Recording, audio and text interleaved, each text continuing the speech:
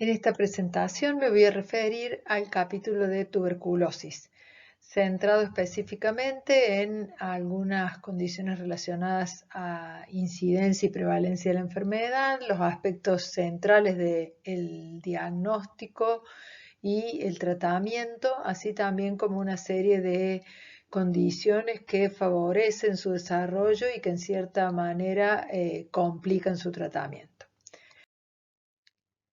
Voy a comenzar señalando las principales datos relacionados a la tuberculosis publicadas en el Boletín Epidemiológico de la República Argentina en el año 2020, pero que se corresponden con la estadística del 2018. Podemos observar que en el 2018 se notificaron 11.670 casos nuevos en el país. También hubo 720 muertes por tuberculosis en ese mismo año, que fue algo superior a lo que se presentó en el año 2017. La tasa de notificación fue de 26.2 enfermos cada 100.000 habitantes. 6 de esos enfermos fueron varones y en el último punto podemos ver que las muertes por tuberculosis también fueron más frecuentes en el sexo masculino. Si observamos la imagen de la derecha, podemos observar que el 18% de los nuevos casos estuvo dentro de la población menor a 20 años, o sea, fue en niños y adolescentes. El 86% tuvieron localización pulmonar. En la edad comprendida entre 25 y 39 años, el 30% de las muertes por tuberculosis estuvo asociada a VIH-Sida. Si observamos la distinta prevalencia de la enfermedad, podemos reconocer que el mayor porcentaje se encontró justamente en las provincias de Salta y Jujuy. Esto está relacionado a un dato epidemiológico también de nuestro país que señala que el 50% de los diagnósticos nuevos suelen corresponder a poblaciones de pacientes migrantes de Paraguay, Bolivia y Perú. Es importante recordar que la localización pulmonar de la tuberculosis es la forma más frecuente, pero la enfermedad puede afectar cualquier órgano y por eso se la conoce como la gran simuladora. El cuadro clínico suele ser de comienzo insidioso y de naturaleza crónica, lo cual dificulta bastante el diagnóstico precoz y lo importante es pensar en la enfermedad. El síndrome de impregnación bacilar está constituido por síntomas generales como astenia, dinamia, pérdida del apetito, pérdida de peso, febrícula generalmente vespertina y sudoración nocturna, generalmente asociado a alguna sintomatología respiratoria como tos, expectoración o disnea. Sin embargo, en el 20% de los pacientes que, por ejemplo, tienen localización extrapulmonar, la única manifestación puede que sea el síndrome de impregnación. Por eso, entre los diagnósticos diferenciales debe presentarse no solo las enfermedades neoplásicas, particularmente hematológicas, que pueden tener síntomas parecidos, sino la tuberculosis. Las características de la enfermedad señalan que la tos es el síntoma más frecuente de presentación, ya sea seca o productiva, mucosa, purulenta o hemoptoica. Debe evaluarse con vaciloscopía de esputo todo paciente que presente tos y expectoración de 2 o más semanas de evolución y tenga o no fiebre, pérdida de peso, la sudoración nocturna que mencionamos. Otra forma de presentación a nivel pulmonar puede ser la forma pseudoneumónica, que se define por sí misma con manifestaciones clínicas similar a la neumonía aguda de la comunidad, es decir, con un curso breve de sintomatológico y dolor tipo punta de costado y muchas veces presenta un bloc neumónico en la radiografía de tórax. La hemoptisis franca o el cuadro febril que puede simular simplemente un estado gripal también son otras formas de presentación, por lo cual debemos estar advertidos de la posibilidad de la enfermedad, y las manifestaciones clínicas se ven muy influenciadas por la edad y el estado inmunológico del sujeto. En pacientes mayores de 65 años predominan los síntomas inespecíficos, la fiebre de origen desconocido, por ejemplo. En pacientes infectados con VIH dependerá de la severidad de la inmunodepresión, los niveles de linfocitos que presenten. Cuando los linfocitos TCD4 están por encima de los 200 por milímetro cúbico, los pacientes suelen presentar síntomas similares a los inmunocompetentes y la tuberculosis quedar circunscrita al pulmón. Sin embargo, en los individuos que tienen recuentos por debajo de esa cifra, es más frecuente el compromiso extrapulmonar y las formas diseminadas de la enfermedad. La tuberculosis extrapulmonar puede afectar al 15 al 20% de los pacientes inmunocompetentes y un 70% en los inmunosuprimidos. Cualquier órgano puede ser asiento de la infección tuberculosa, aunque la tuberculosis pleural y la ganglionar suelen ser las formas más frecuentes dentro de las extrapulmonares. La forma más grave de la enfermedad es la forma meningia, pero es importante recordar que esta sigue siendo una enfermedad que sin tratamiento puede conducir a la muerte. La tuberculosis latente es también una variante de la enfermedad. En realidad, las personas con tuberculosis latente no están verdaderamente enfermas, pues no presentan síntomas. No hay tos, no hay expectoración y la baciloscopia y los cultivos son negativos. La radiografía de tórax también es normal o en algunos casos puede mostrar secuelas de la enfermedad. En realidad no necesitan aislamiento respiratorio ya que no pueden transmitir la infección. La prueba de tuberculina en estas personas suele ser un indicador cuando se encuentra positiva y actualmente se han desarrollado nuevos procedimientos diagnósticos porque estos pacientes con tuberculosis latente pueden requerir algún tipo de procedimiento, de tratamiento, particularmente si van a recibir tratamientos inmunosupresores.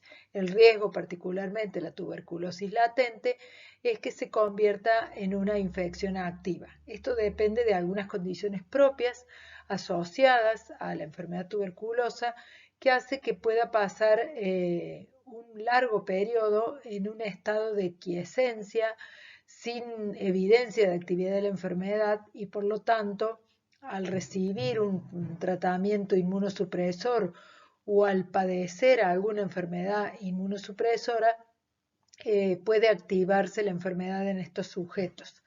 Por eso es que en pos del desarrollo de fármacos biológicos se han desarrollado procedimientos diagnósticos que permiten reconocer la condición de tuberculosis latente de manera fidedigna.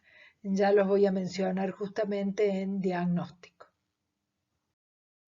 En esta imagen podemos observar cómo diferenciar mejor este concepto de tuberculosis activa y tuberculosis latente. Vemos que en una primera instancia el sujeto libre de exposición entra en contacto ambiental con el bacilo y habitualmente desarrolla en algún lugar la presencia de una primoinfección tuberculosa. En esa condición se convierte habitualmente en ese primer contacto en un estado de infección tuberculosa latente. Si llega a producirse la progresión de la enfermedad en ese momento o posteriormente, por alguna de las condiciones que señalé, se produce la tuberculosis como enfermedad. La infección tuberculosa latente no tiene síntomas, no infecta, es bacilar negativa, el cultivo es negativo. La prueba tuberculínica es la única que puede ser positiva y dar evidencia de la enfermedad. Y el tratamiento, si fuera necesario, en realidad es solo con isoniazida, justamente como había mencionado en pacientes que deban recibir un biológico, por ejemplo, que genere una inmunosupresión o sean inmunodeprimidos. En el caso de la tuberculosis, los síntomas están presentes, sí es infectante el sujeto, la baciloscopia y el cultivo son positivos, lo mismo que la prueba tuberculínica, y pueden emplearse deben emplearse múltiples drogas para el tratamiento. La prueba tuberculínica podrá ser positiva o negativa en ambas situaciones, por eso es que para este caso en particular se han desarrollado métodos específicos, como ya lo voy a mencionar, el caso del cuantiferón Tebegol, para reconocer justamente esta exposición, aunque el sujeto no esté enfermo, y actuar en consecuencia. Se entiende por tuberculosis diseminada aquella que compromete más de 2 órganos. Los sujetos habitualmente presentan gran deterioro del estado general, hipertermia, disnea, astenia y signos clínicos de los órganos afectados. Las formas agudas pueden presentarse incluso como distrés respiratorio del adulto, y esto puede provocar incluso que el sujeto muera por tuberculosis sin que se logre establecer el diagnóstico, habitualmente por la pobre sospecha que existe entre los médicos frente a una presentación de esta forma. Se asocia por eso también a un fuerte retraso en el diagnóstico. Es importante recordar que el método esencial de diagnóstico de la enfermedad sigue siendo la baciloscopia de esputo, lógicamente en las formas pulmonares. La sensibilidad puede alcanzar al 80%, es algo menor en los niños y en los pacientes con infección por VIH. La muestra de esputo permite buscar baciloscopía, y en otras localizaciones la demostración de la baciloscopía, por ejemplo, en otros fluidos, también puede ser útil para el diagnóstico en ubicaciones extrapulmonares. Para el caso de la localización pulmonar se requieren 2 muestras seriadas de esputo. La primera debe ser en la primera consulta. La oportunidad de tomar lo que se conoce como muestra spot no debe ser desaprovechada, de manera particular en sujetos que tienen un pobre acceso a cuidados en salud, porque tal vez sea la única oportunidad de obtener una muestra. Y la segunda muestra, en esta primera consulta, es razonable entregar al paciente el frasco para que recolecte al día siguiente, en ayunas y antes de la higiene dentaria, una segunda porción de esputo para la nueva investigación. Las secreciones que se pueden obtener de nariz o las muestras de saliva carecen de utilidad. En cambio, en pacientes incapaces de expectorar o en niños pequeños, pueden emplearse muestras de jugo gástrico también tomado en ayunas, donde puede identificarse la presencia del bacilo ácido alcohol resistente. Una baciloscopia positiva es suficiente para iniciar el tratamiento de la enfermedad. Después será necesario el cultivo, porque muchas veces el examen directo puede ser negativo, pero porque el cultivo es el único que permite reconocer el género y la especie de la micobacteria infectante y hacer la diferencia entre micobacterias atípicas e infección por Mycobacterium tuberculosis, que es el agente causal específico. Desde el año 2019 se han agregado en Argentina como método diagnóstico el Expert MTB, que permite reconocer en una muestra de esputo de manera simultánea la presencia del Mycobacterium tuberculosis y la resistencia a rifampicina. Esta prueba en realidad se basa en la amplificación de ácidos nucleicos que detectan la presencia de un gen particular de la bacteria. Son de sensibilidad y especificidad muy altas, cercanas al 89 y 99% respectivamente, habitualmente en muestras de esputo, aunque pueden utilizarse algunas muestras extrapulmonares seleccionadas, como por ejemplo líquido cefalorraquídeo. La ventaja es que el resultado se puede obtener en 2 horas y está indicado en el diagnóstico inicial en niños y adultos con sospecha de tuberculosis resistente, de tuberculosis asociada a VIH y de tuberculosis meningia. El cultivo permite identificar género y especie, y realizar el antibiograma. Dos son los medios de cultivo que se siguen utilizando actualmente. Uno son los medios sólidos, que es algo más lento en su desarrollo, hay que esperar mínimo 20 días para que puedan aparecer algunas colonias y en realidad se puede descartar su positividad recién a los 60 días.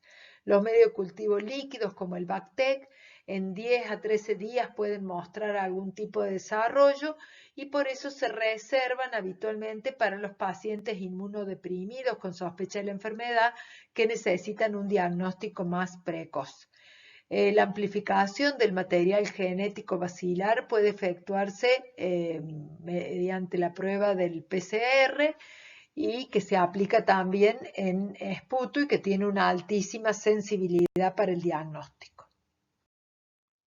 Como ya señalé, el cultivo de la muestra permite tipificar el agente causal, particularmente diferenciar tuberculosis, Mycobacterium tuberculosis de otras micobacterias capaces de producir enfermedad con algunas características de presentación similares a la tuberculosis.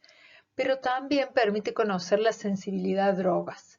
La sensibilidad a drogas es necesario investigarla de manera prioritaria frente a algunas situaciones que se asocian a mayor riesgo de tuberculosis resistente. Estas condiciones son los antecedentes de tratamiento previo del paciente, particularmente cuando hubo pérdida de seguimiento o abandono del tratamiento y no se conoce a ciencia cierta si el paciente completó el tratamiento y por ello los antecedentes de este tipo sugieren la posibilidad de tuberculosis resistente. Cuando la baciloscopia persiste positiva, luego de 2 o 3 meses de tratamiento, también es necesario investigar prioritariamente la resistencia a drogas. Cuando hay exposición a bacilos con resistencia confirmada, fármacos, es decir, pacientes expuestos a un enfermo que tiene tuberculosis resistente o pacientes que provienen de instituciones cerradas como las instituciones carcelarias, donde el riesgo de que esto ocurra es algo mayor. La comorbilidad con VIH sugiere la posibilidad más alta de tuberculosis resistentes cuando existen también consumo problemático de sustancias como alcohol o drogas y en la situación de calle. La anatomía patológica puede ser otro procedimiento que permite el diagnóstico de la enfermedad, particularmente por la identificación de granulomas con caseificación y tinción positiva para bacilos ácido-alcohol resistentes. Sin embargo, es importante recomendar en la toma de muestras biopsias que una parte sea preservada para bacteriología y derivada para homogeneización y cultivo y otra parte sea fijada en formol, porque una vez fijada no hay forma de realizar los cultivos. El dosaje de adenosíndiaminasa, particularmente en pleuresías serofibrinosas, puede tener un alto valor diagnóstico porque es justamente marcador de la actividad linfocitaria y permite sospechar el diagnóstico de tuberculosis por su alta especificidad. Tiene un rendimiento bastante menor fuera de la pleuresía tuberculosa. El CA153 es un marcador tumoral propio del cáncer de ovario, pero se eleva también en la ascitis asociada a tuberculosis peritoneal, que es una forma extrapulmonar rara, pero que es importante pensar también frente a un paciente con ascitis y síndrome de impregnación. Recordar particularmente la confusión que puede generar el dosar CA153 en el líquido acítico. El QuantiFERON TB-Gold y el T-Spot TB son dos procedimientos para el diagnóstico de infección latente. Se exponen justamente los linfomonocitos del paciente durante 6 a 24 horas a los antígenos del Mycobacterium tuberculosis y se mide la respuesta inmunitaria celular a través de la producción de interferón gamma.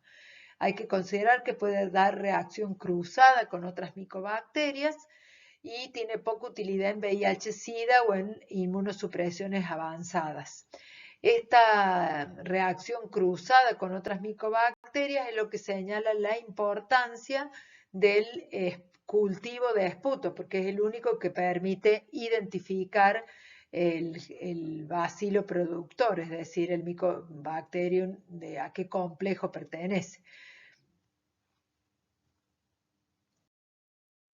En todo paciente con diagnóstico de tuberculosis resulta muy importante completar la valoración general y específica orientada a situaciones de comorbilidades o condiciones especiales que puedan requerir alguna modificación a la hora de iniciar el tratamiento o volver predecibles la posibilidad de mayores complicaciones.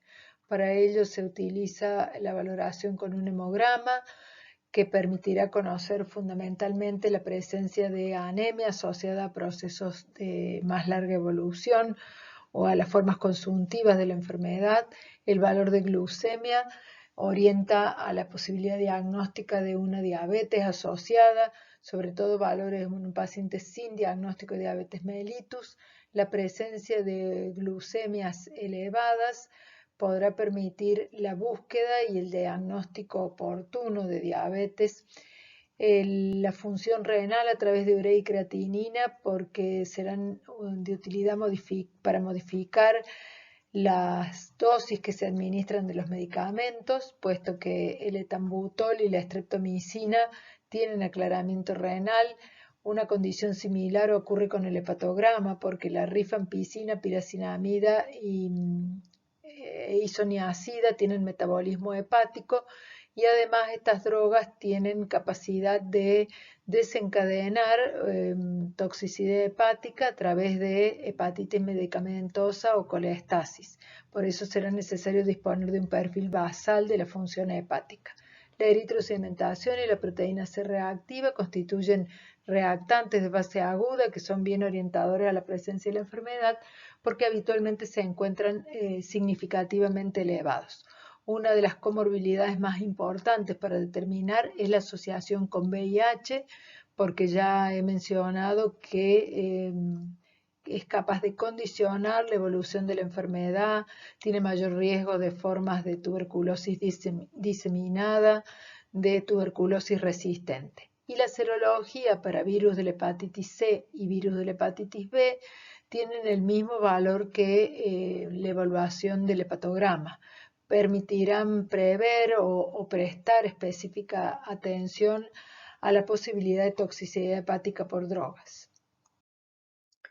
La radiología de tórax es uno de los elementos centrales del diagnóstico en la tuberculosis pulmonar, junto con el esputo, es decir, que frente a este paciente con tos y expectoración de 15 días de evolución, los métodos de elección son radiología de tórax y cultivo seriado de esputo. En la tuberculosis primaria es importante recordar que pueden verse distintas imágenes. Las formas linfoadenopáticas pueden presentarse en niños y pacientes con VIH, son más raras en adultos inmunocompetentes. La consolidación en lóbulos inferiores suele ser más frecuente en la tuberculosis primaria, ¿sí? La presencia de derrame pleural o el compromiso del intersticio con la forma miliar. La enfermedad traqueobronquial puede asociarse a telectasias y signos de atrapamiento aéreo. Recordar que los pacientes con VIH también pueden mostrar radiología normal o solo la forma traqueobronquial, muchas veces sin evidencia de lesiones del parénquima pulmonar. Acá tenemos la forma más típica, característica de la enfermedad, que es lo que se conoce como patrón miliar, que da un compromiso difuso de ambos campos pulmonares, que si lo vemos a mayor aumento, observamos estas imágenes múltiples similares a granos de mijo que tienen entre 1 y 2 milímetros de diámetro. Suele presentarse como primo-infección en los pacientes inmunocomprometidos, particularmente en los pacientes no BCGizados, pero la presencia de inmunocompromiso ha cambiado algunas condiciones relacionadas justamente a las manifestaciones clínicas.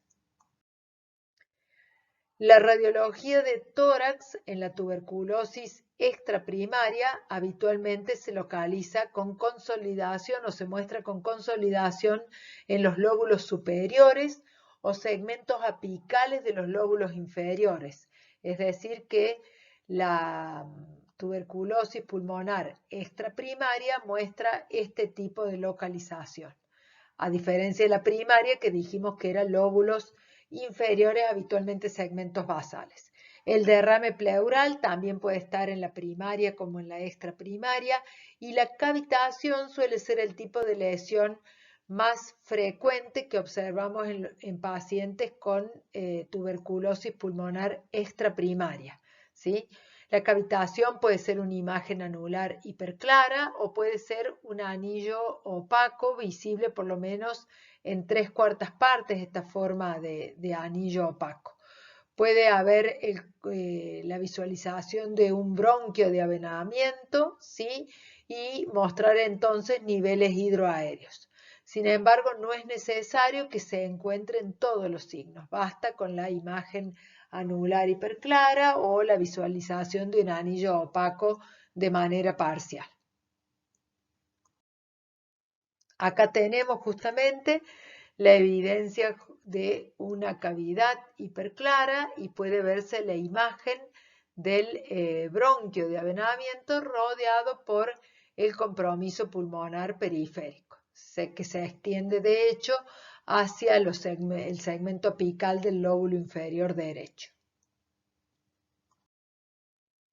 Acá podemos ver otra forma que se corresponde posiblemente con una tuberculosis extraprimaria por su localización. Está el compromiso del segmento ápico posterior del lóbulo superior izquierdo.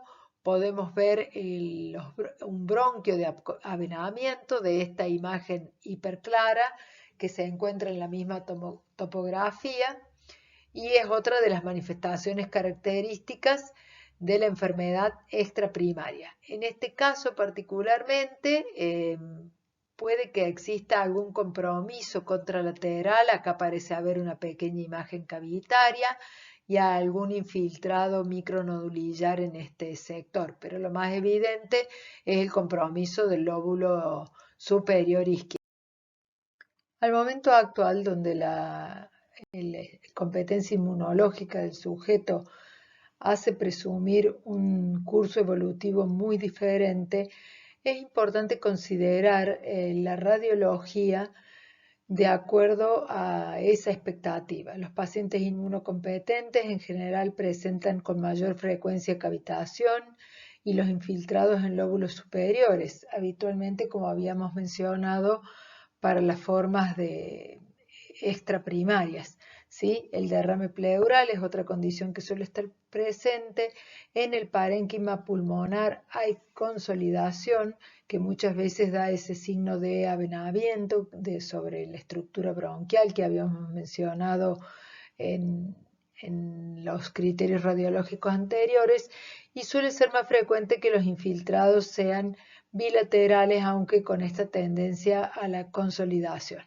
En cambio, los sujetos inmunocomprometidos tienen rara vez cavitación, los infiltrados suelen predominar en los lóbulos inferiores, el derrame pleural es menos frecuente y los infiltrados aquí son intersticiales difusos, lógicamente bilaterales, del tipo de la tuberculosis miliar, como habíamos señalado, y finalmente resulta muy importante recordar que los pacientes inmunocomprometidos pueden tener radiología normal. La prueba tuberculínica no es más que la reacción de hipersensibilidad retardada que se produce en respuesta a la inyección subcutánea de un derivado proteico purificado del bacilo. Se expresa a través de una pápula, que es la que se mide para reconocer justamente la positividad de la prueba.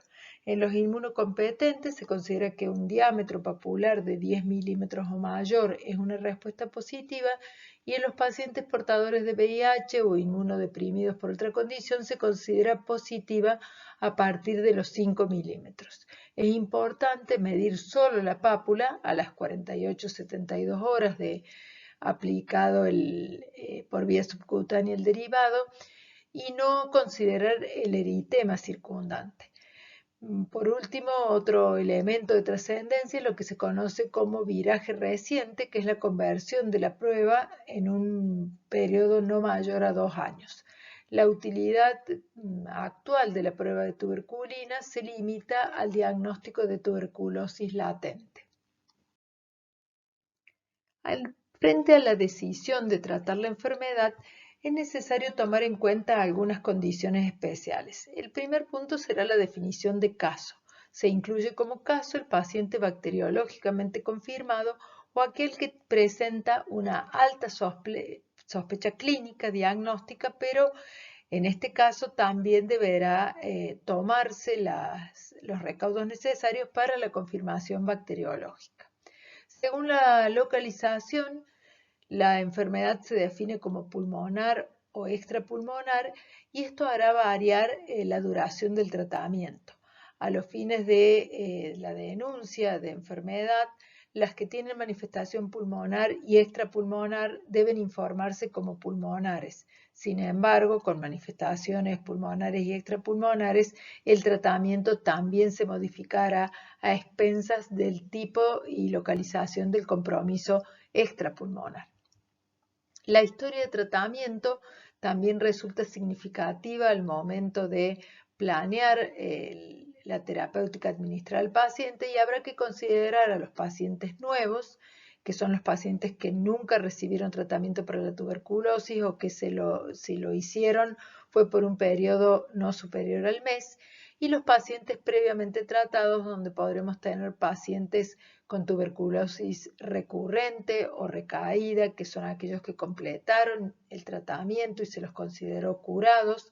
Los pacientes con fracaso de tratamiento, cuando a los 5 o 6 meses de la utilización de un tratamiento adecuado aún presentan positividad en las muestras, particularmente en el esputo, y los pacientes con pérdida de seguimiento u otras condiciones que impidan conocer si el paciente ha completado satisfactoriamente el tratamiento y se ha podido corroborar la negatividad bacteriológica al final del mismo.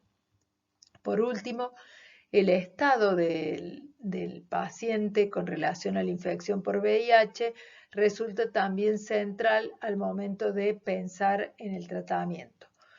Los pacientes podrán calificar para tuberculosis y VIH positivo, aquellos que tengan serología que demuestre la presencia de enfermedad, pacientes con tuberculosis sin VIH, que son los que tengan una serología negativa que descarte la presencia de esta comorbilidad, y los pacientes con tuberculosis y VIH desconocido, porque hasta ese momento no pueda realizarse la serología o el paciente niegue la realización de este procedimiento. Al momento actual se consideran drogas de primera línea a la isoniazida, la rifampicina, la piracinamida y el etambutol. Las dosis se administran habitualmente en una toma única a lo largo del día y se calculan por miligramos por kilogramo de peso del paciente hasta 60 kilos. Con pesos superiores habitualmente no se modifica la dosis. Se deberán efectuar algunas modificaciones de dosis relacionadas a la función renal, para el caso particularmente del etambutol y la streptomicina, y a la función hepática para isoniazida, rifampicina o piracinamida. Es importante considerar que la rifabutina también puede ser droga de primera línea cuando existe contraindicación específica para el uso de rifampicina. La rifampicina posee importantes interacciones farmacológicas, particularmente con las drogas que se emplean para el tratamiento de VIH, y en estas condiciones será necesario recurrir a la rifabutina como su reemplazo, por sus similares características bactericidas y fuerte utilidad de la asociación con isoniazida y piracinamida. La streptomicina era una droga de primera línea y actualmente puede convertirse en el caso de los pacientes que presenten toxicidad por fármacos, porque la streptomicina y el etambutol son las únicas dos drogas que no tienen metabolismo hepático.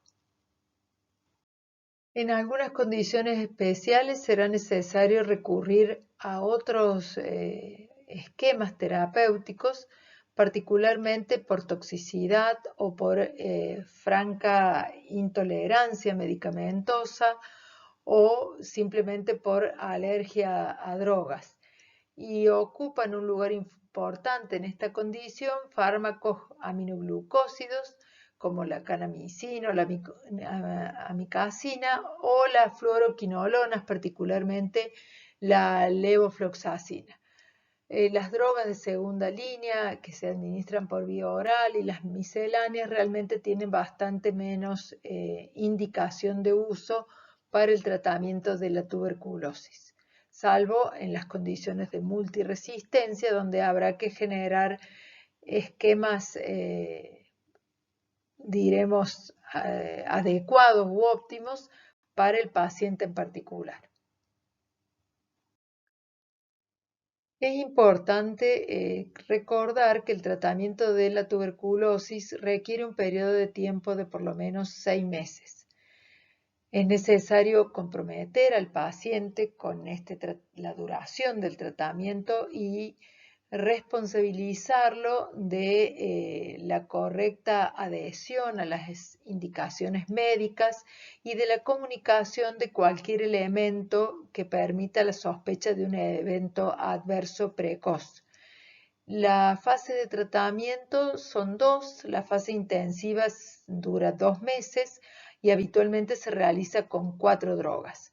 Al final de esta fase es necesario repetir vaciloscopía, cultivo de control y radiología de tórax en las formas pulmonares o algún otro método de diagnóstico por imágenes según la localización de la enfermedad. El seguimiento de laboratorio se realiza habitualmente cada 30 días, es decir, su periodicidad es más pequeña, particularmente si existe algún factor de riesgo para pensar en toxicidad. La segunda fase de consolidación en las formas de tuberculosis pulmonar o extrapulmonar, particularmente pleural, ganglionar, pericárdica, por micobacterias sensibles y que la localización extrapulmonar no conlleva un riesgo grave de discapacidad ni mortalidad, tendrá una duración de 4 meses con 2 drogas. La prolongación del tratamiento, cada vez que sea necesario, se hará a expensas de la fase de consolidación.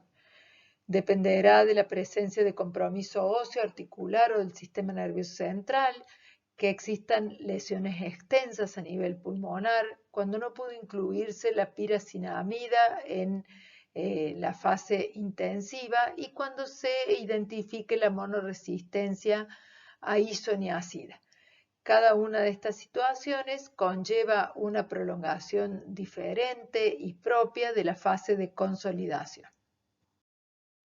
Aunque los esteroides se han asociado siempre a riesgo de administración en pacientes tuberculosos por la posibilidad de generar formas más graves de la enfermedad o la diseminación, tienen algunas indicaciones muy precisas para disminuir el fenómeno inflamatorio. Estas indicaciones están asociadas a la pericarditis o al síndrome meningio por el Mycobacterium tuberculosis.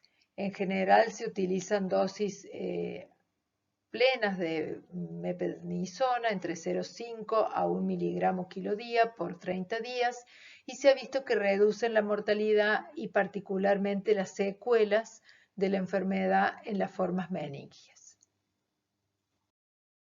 Las reacciones adversas a fármacos antituberculostáticos constituyen una condición especial que debe ser advertida al paciente y se le debe informar por escrito los síntomas o signos de alarma que puede manifestar y la necesidad de la consulta precoz. La hepatotoxicidad es la reacción adversa grave, potencialmente grave, más frecuente.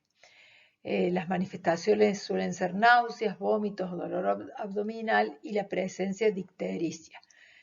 Es necesario, frente a un paciente que refiere manifestaciones digestivas, evaluar con laboratorio las condiciones de función hepática porque las náuseas y los vómitos pueden ser simplemente manifestación de intolerancia gástrica y lo único que puede diferenciar en ausencia de ictericia claramente si es hepatotoxicidad o intolerancia gástrica es el laboratorio de función hepática. Cuando las enzimas se han elevado hasta 2 veces el valor normal, no se interrumpe el tratamiento, pues en general resuelven espontáneamente. Habrá que hacer un seguimiento más estrecho de esta condición. En cambio, cuando se producen elevaciones de más de 3 veces o más de 5 veces, será importante, además de suspender los fármacos hepatotóxicos, buscar la presencia de comorbilidades hepáticas que no se hayan identificado antes de iniciar el tratamiento para definir cómo se manejará posteriormente la administración de drogas. Recordemos que mencionamos que la streptomicina puede convertirse en droga de primera línea cuando existe una respuesta de toxicidad hepática. Otras reacciones que pueden presentarse a estos fármacos son reacciones cutáneas y de hipersensibilidad. Existe particularmente la conocida por sus siglas en inglés como DRESS, que es un fármaco de dermia potencialmente grave y fatal con exantema y eosinofilia. La respuesta adversa, generalmente leve, más frecuente, pero que puede complicar el apego al tratamiento, es la intolerancia digestiva y después podrá producirse algún tipo de toxicidad específica relacionada a drogas como polineuropatías con la isoniazida, neuritis óptica con el etambutol o toxicidad coclear en caso de que se haya requerido la utilización de streptomicina. Frente al diagnóstico de tuberculosis, es importante hacer lo que se conoce como control de foco o control de contactos del paciente.